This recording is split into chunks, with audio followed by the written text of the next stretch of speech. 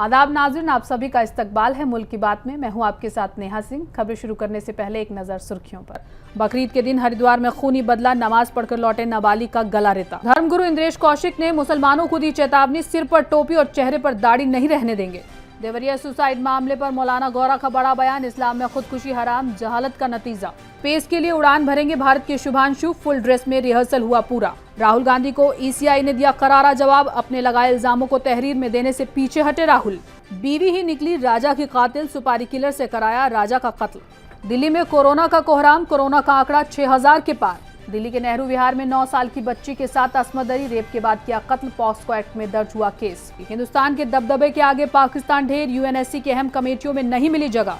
America में immigration एजेंसियों की कार्रवाई के खिलाफ दंगे, डोनाल्ड ट्रंप ने उतारे 2000 फौजी, बेकाबू हालात कंट्रोल करेगी आर्मी। नाजरीन, हमें ऐसा खदशा है कि सच्ची खबरें दिखाने में हमें जल्द ही चुनौतियों का सामना करना पड़ सकता है और हमारे YouTube चैनल तहजीब टीवी को टर्मिनेट भी किया जा सकता है। इसीलिए आपसे गुजारिश है कि हमारे नए चैनल, जिसका नाम है तहजीब टीवी ऑफिशियल, आप उसे अभी सब्सक्राइब कर लें, ताकि अगर हमारा ओरिजिनल चैनल तहजीब टीवी किसी भी वक्त टर्मिनेट हो जाए तो आप आसानी से हमारे बैकअप चैनल से जुड़ सकें। हमारे नए चैनल तहजीब टीवी ऑफिशियल का लिंक डिस्क्रिप्शन में दिया गया है। शुक्रिया। फिलिस्तीनी सरजमी पर इजरायली हुकूमत इस सदी के सबसे भयंकर और रूह कपा देने वाले कत्लेआम को अंजाम दे रही है।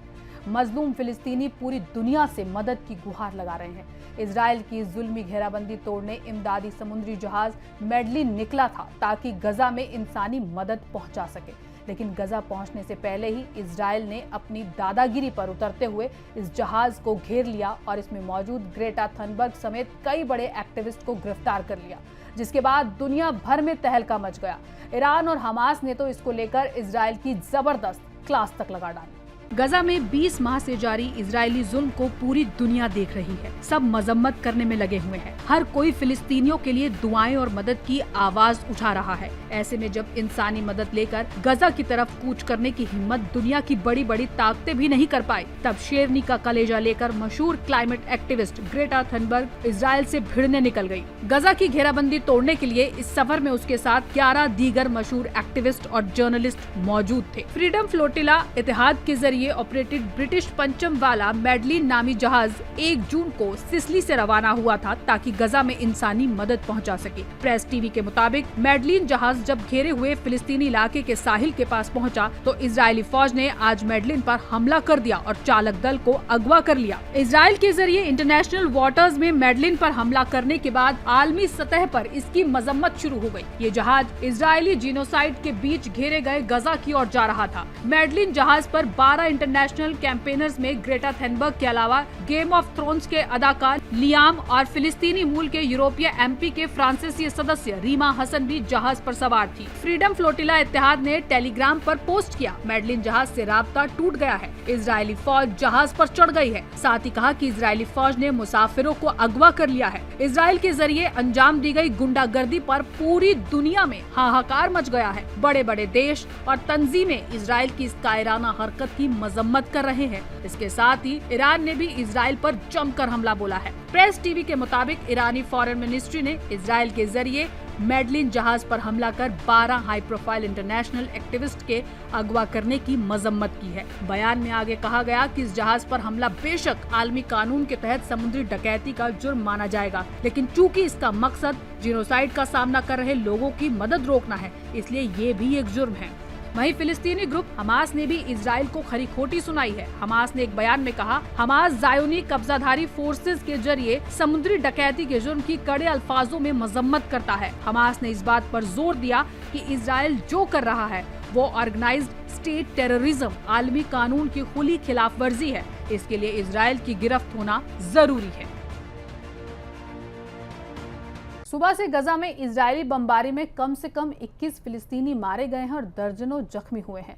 फिलिस्तीनी खबर एजेंसी वफा के मुताबिक जबालिया के शुमाली गजा इलाके में इजरायली हमले में 8 शहरी मारे गए हैं। इस बीच शहर के वेस्ट में एक एड सेंटर के पास इजरायली फौज की गोलीबारी में 4 लोग मारे गए और 70 जख्मी हो गए। नजारम महवर के पास एक दूसरे एड सेंटर में एक फिलिस्तीनी के शहीद और कई के जख्मी होने की इत्तला है। इजरायली फौज ने दावा किया है कि जुनूबी गजा में फौजियों के पास आने वाले लोगों पर गोलियां चलाई गई। ये वाकया इजरायली अमेरिकी हिमायत याफ्ता गजा ह्यूमैनिटेरियन फाउंडेशन के जरिए मदद की कार्रवाई को फिर से शुरू करने के बाद एड सेंटर के पास गोलीबारी की नई वारदात है। फौज के बयान में कहा गया कि जिन लोगों पर गोली चलाई गई उन्हें पहले इलाका छोड़ने के लिए खबरदार किया गया था, क्योंकि उस वक्त इलाके को एक फौजी जोन करार दिया गया था। इस बीच इजरायली फौज ने जबालिया और मशरिकी गजा में शहरियों, घरों और दूसरी सहूलियत को भी धमकी से तबाह कर दिया।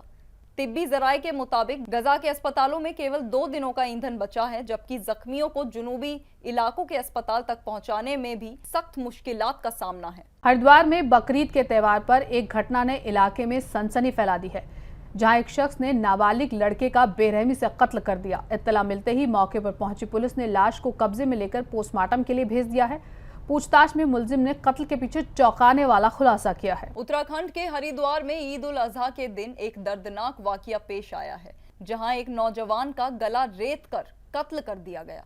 पुलिस ने बताया कि नमाज पढ़कर घर लौट रहे 17 साल के नौजवान साहिल का बेरहमी से कत्ल कर दिया गया। मुलजिम ने अपने बेटे की मौत का बदला लेने के लिए इस संगीन वारदात को अंजाम दिया। इस खौफनाक वारदात को अंजाम देने के बाद मुलजिम ने खुद ही थाना पहुंचकर सरेंडर कर दिया।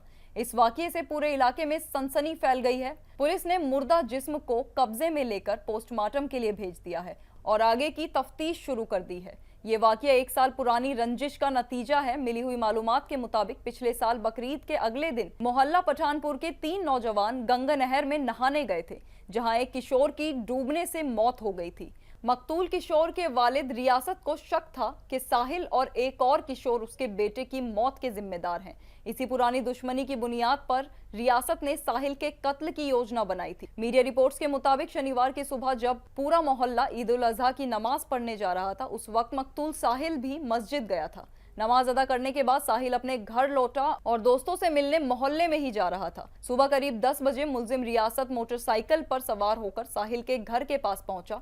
जैसे ही साहिल घर से बाहर निकला, मुलजिम रियासत ने उसके पेट पर ताबड़तोड़ छुरी से वार कर दिया। इस अचानक हुए हमले में साहिल खून से लथपथ होकर सड़क पर गिर गया। इसके बाद मुलजिम ने उसका गला रेत कर उसका कत्ल कर दिया। बकरीद पर मुबैना गौरक्षकों ने गौवंश मिलने का दावा करते हुए मथुरा के बरसाना में जमकर हंगामा किया। वाकये की शिकायत मिलने के बाद पुलिस मामले की जांच में जुटी हुई है।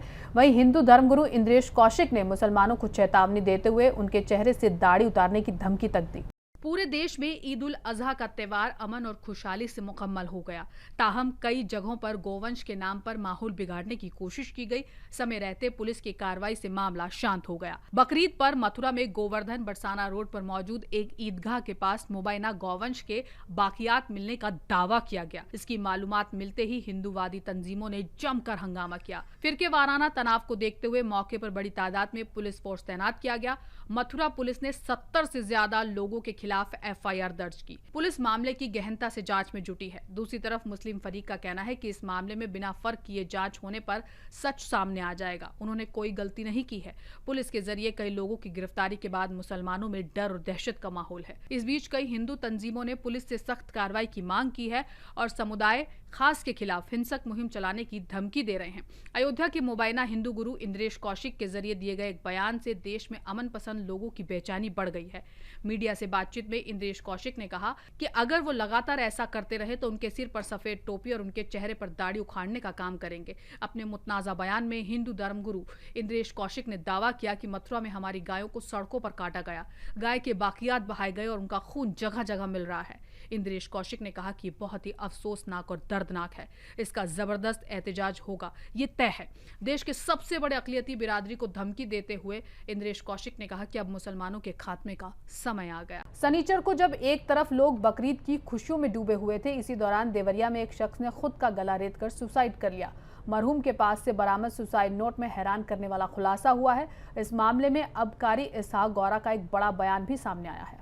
उत्तर प्रदेश के देवरिया जिले से ईद उल अजहा बकरीद के दिन सामने आई एक दर्दनाक और सनसनीखेज घटना ने सभी को झकझोर कर रख दिया है। एक बुजुर्ग शख्स इश मोहम्मद अंसारी ने बकरीद के मौके पर खुद को कुर्बान करने के लिए अपनी गर्दन रेत ली। पुलिस को मौके से एक सुसाइड नोट मिला है, जिसमें मृतक ने इस खौफनाक कदम को उठाने का जिक्र किया है। पुलिस को बरामद सुसाइड नोट में मृतक बुजुर्ग शख्स इश मोहम्मद अंसारी ने लिखा है, कि इंसान जिस बकरे को बेटे की तरह पालता है, उसकी कुर्बानी कर देता है, वो भी तो एक जानदार है। इसलिए मैं अपनी कुर्बानी खुद अल्लाह और रसूल के नाम पर कर रहा हूँ।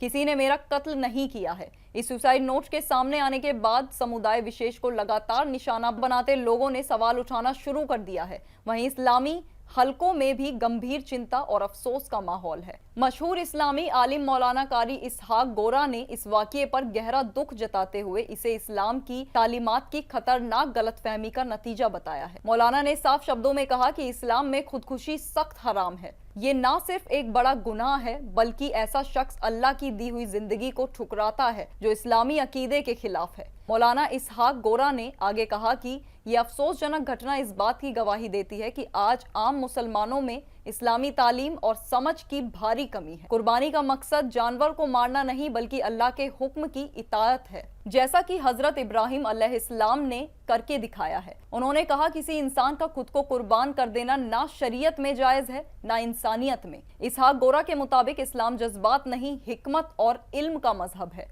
हर काम की हदें, तरीके और मकसद शरीयत ने तय किए हैं। खुद की गर्दन काटना ना कुर्बानी है, ना इबादत, बल्कि वो शैतान का बहकावा है। मौलाना गौरा ने यह भी कहा कि आज के दौर में जब दीनी इल्म से दूरी बढ़ती जा रही है, तो इस तरह के अफसोसजनक कदमों का होना कोई हैरत की बात नहीं है।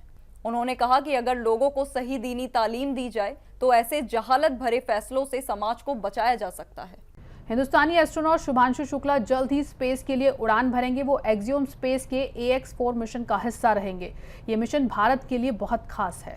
Hindustani astronaut Shubhanshu Shukla Axiom space के AX4 मिशन पर स्पेस में जाने के लिए तैयार हैं। ये मुल्क के लिए बेहद बड़ी खबर है। इस मिशन के साथ भारत फिर से इंसानी स्पेस उड़ान में कदम रखेगा। शुक्ला इस मिशन के पायलट होंगे। उनके साथ mission commander Peggy Whitson, mission माहिर तिबोर कापू, पोलैंड के स्लावोस और यूरोपीय स्पेस एजेंसी के साइंटिस्ट भी शामिल होंगे। ये मिशन 1984 में विंग कमांडर राकेश शर्मा के रूसी सोयूज T-11 से स्पेस में जाने के 41 साल बाद हो रहा है।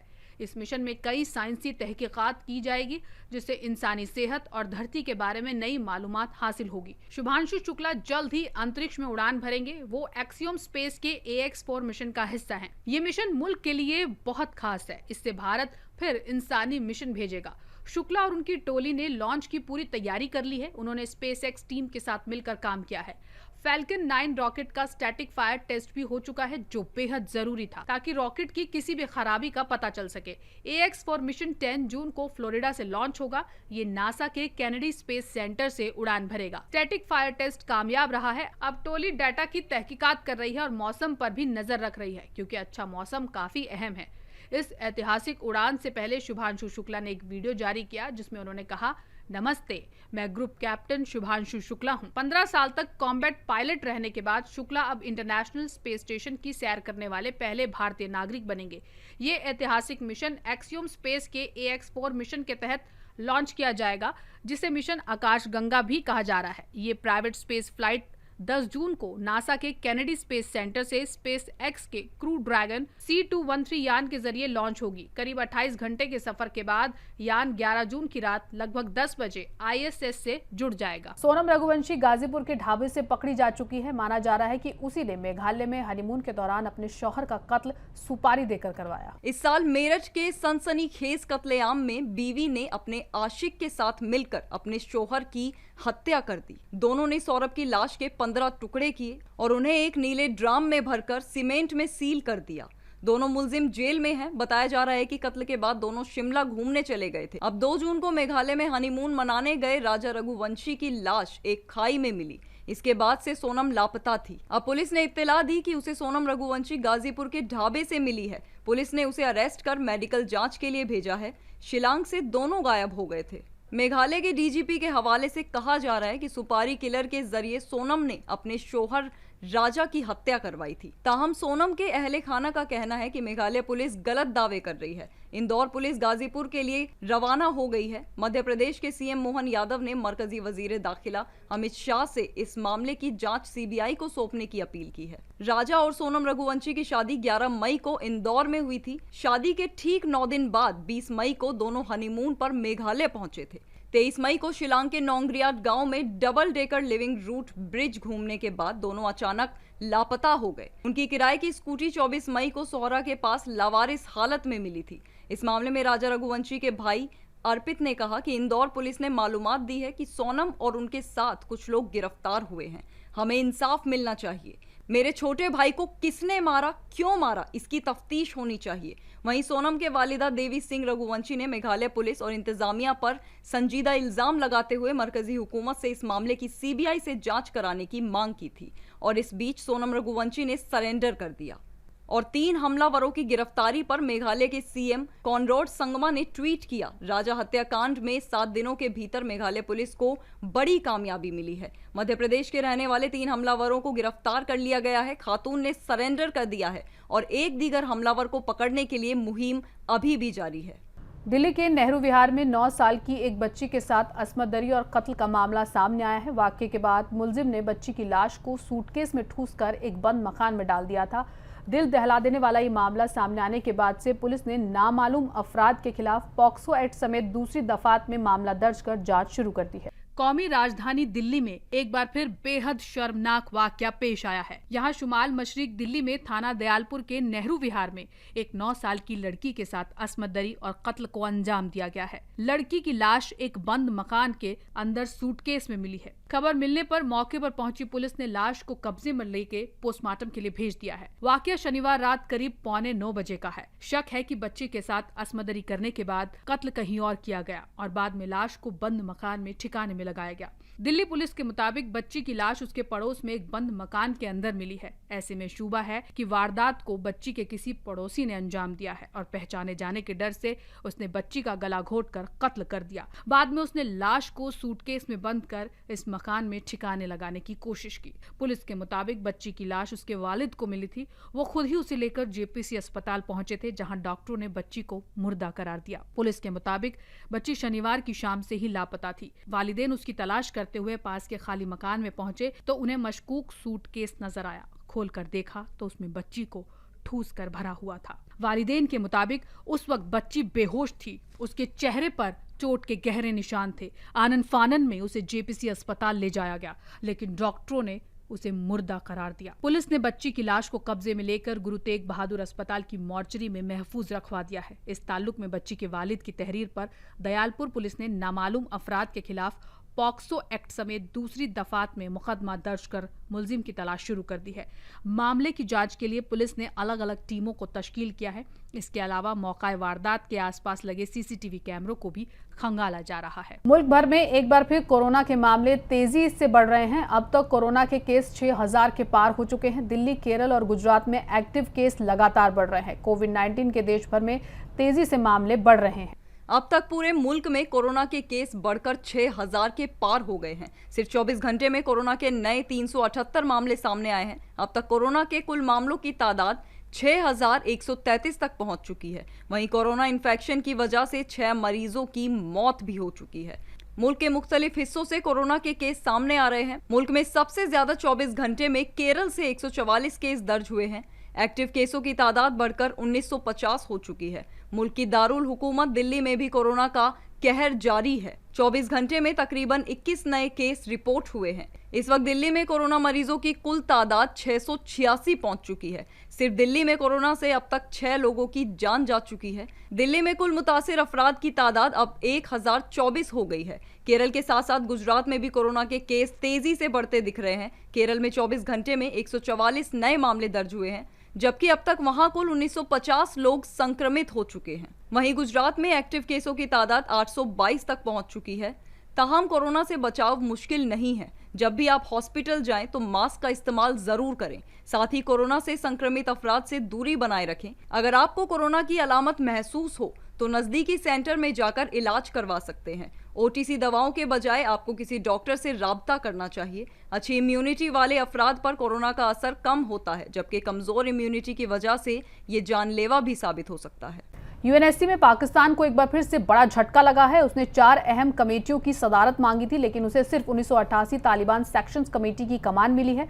इसके अलावा 1373 सीटीसी की सिर्फ फॉर्मल वाइस प्रेसिडेंसी ही नसीब हुई है। पाकिस्तान की गैर जरूरी मांगों की वजह से एलोकेशन में 5 महीने की देरी हुई, जिससे उसकी आलमी साख पर सवाल उठने लगे हैं। यूएनएससी में नॉन परमानेंट सदस्य के तौर पर पाकिस्तान की कई एंटी टेररिज्म कमेटियों की सदारत करने की आज़ाइम को बड़ा झटका लगा है। पाकिस्तान ने 4 अहम कमेटियों की सदारत मांगी थी, लेकिन उसे केवल 1988 तालिबान सेक्शन कमेटी की सदारत मिली है। इसके अलावा उसे 1373 काउंटर टेररिज्म कमेटी की वाइस प्रेसिडेंसी सौंपी गई है, जो एक फॉर्मल ओहदा है। सरकारी जरायों के मुताबिक पाकिस्तान की गैर जरूरी और इनकंसिस्टेंट मांगों के बाइस यूएनएससी में आम सहमति नहीं बन पाई, जिससे कमेटियों के ओहदे तकसीम में लगभग 5 महीने की देरी हुई। ये अमल बुनियादी रूप से जनवरी 2025 में पूरी हो जाना चाहिए थी। एक अफसर ने बताया कि यूएनएससी के दीगर मेंबर पाकिस्तान के इस अड़ियल और इनकम्पिटेंट रवैये से खुश नहीं थे। हिंदुस्तान में छपी एक रिपोर्ट के मुताबिक यूएन के परमानेंट मेंबर अमेरिका, रूस, चीन, फ्रांस और ब्रिटेन जानबूझकर इन कमेटियों की सदारत नहीं चाहते थे, क्योंकि इन ओहदों की हकीकी ताकत लिमिटेड होती है और फैसले सिर्फ सबकी सहमति से ही लिए जा सकते हैं। भारत के लिए इस इंसिडेंट्स के अपने मायने हैं। भारत ने 2022 में सीटीसी की सदारत की थी और उससे पहले 2011-12 में भी ये ओहदा उसके पास था, जो आलमी सतह पर उसकी कहीं ज्यादा असरदार साख और किरदार को दिखाता है। मिली मालूमात के मुताबिक तालिबान कमेटी में भारत को रूस और गुयाना जैसे दोस्त मुल्कों की हिमायत मिलेगी, जो को वाइस चेयर्स हैं। इससे भारत को अपने इंटरेस्ट को पक्का करने में मदद मिलेगी। लॉस एंजलिस में इस वक्त पुरतशद्दुद एहतजाज देखने को मिल रहा है। इमिग्रेशन के खिलाफ कार्रवाई से जहां लोग भड़क गए हैं, ट्रंप की ओर से नेशनल गार्ड की तैनात के बाद हालात बिगड़े, गाड़ियां जली, पुलिस ने आंसू गैस और रबर बुलेट्स का भी इस्तेमाल किया। लॉस एंजलिस में फेडरल इमिग्रेशन रेड्स के खिलाफ जारी एहतजाज अब दंगों की सूरत इख्तियार कर चुका है। 3 दिन से जारी ये एहतजाजी मुजाहिरे अब खासी पुरतशद्दुद हो चुके हैं। साल के आगाज में शहर में लगने वाली आग ने पहले ही भारी तबाही मचाई थी और अब एक बार फिर शहर में पेश आ रही सूरत हाल फिक्रमंद बना रही है। अमेरिकी सदर डोनाल्ड ट्रंप के हुक्म के मुताबिक लॉस एंजलिस में गैरकानूनी इमिग्रेंट्स के खिलाफ कार्रवाई की जा रही है। इस कार्रवाई के तहत फेडरल इमिग्रेशन रेड्स के जरिए शहर में गैरकानूनी तौर पर रह रहे अफराद को निशाना बनाया जा रहा है। इसी कार्रवाई के खिलाफ शहर में पिछले 3 दिनों से एहतजाज हो रहा है, जो अब पुरतशद्दुद होता जा रहा है। मुजाहिरीन मुख्तलिफ जगहों पर आगजनी कर रहे हैं। सैकड़ों गाड़ियों को आग के हवाले कर दिया गया है। इतना ही नहीं, ये मुजाहिरीन तोड़फोड़ से भी पीछे नहीं हट रहे हैं। सूरत हाल को बिगड़ता देखकर सदर डोनाल्ड ट्रंप ने लॉस एंजलिस में नेशनल गार्ड ट्रूप्स के तकरीबन 2000 अफराद को तैनात कर दिया है। हालांकि इसके बावजूद की सूरत हाल काबू में आती नजर नहीं आ रही, क्योंकि मुजाहिरीन नेशनल गार्ड ट्रूप से भी टकरा रहे हैं। वो पुलिस, इमिग्रेशन और कस्टम अफसरान पर पथराव कर रहे हैं। मुजाहिरीन पर आंसू गैस के शेल छोड़े गए हैं। लोग गिरफ्तारी की पॉलिसी के खिलाफ एहतजाज कर रहे हैं। कई मुजाहिरीन के हाथों में मैक्सिकन झंडे भी देखे गए हैं। पुलिस और फौज के सामने ही मुजाहिरीन गाड़ियों को जला रहे हैं। ट्रंप ने सोशल साइट ट्रुथ सोशल पर पोस्ट करके नेशनल गार्ड को बेहतरीन काम के लिए मुबारकबाद दी और कहा कि दंगाइयों को कुचल कर रख दिया जाएगा। ट्रंप ने अपने पोस्ट में मेयर कैरन बेस और गवर्नर न्यूसम पर तंज कसते हुए कहा कि वो सूरत हाल नहीं संभाल पा रहे हैं, ठीक वैसे ही जैसे जानवरों में लगी आग के दौरान हुआ था। नेशनल गार्ड को आमतौर पर स्थानीय इंतजामिया की इजाजत से बहुत संगीन सूरत हाल में बुलाया जाता है। गवर्नर न्यूसम ने ट्रंप के इस कदम की मुखालफत करते हुए कहा कि ये फैसला जानबूझकर माहौल को और ज्यादा तनाव भरा बना रहा है। नाज़रीन, मुल्क की बात में आज के लिए बस इतना ही। मुझे दीजिए इजाजत। आदाब।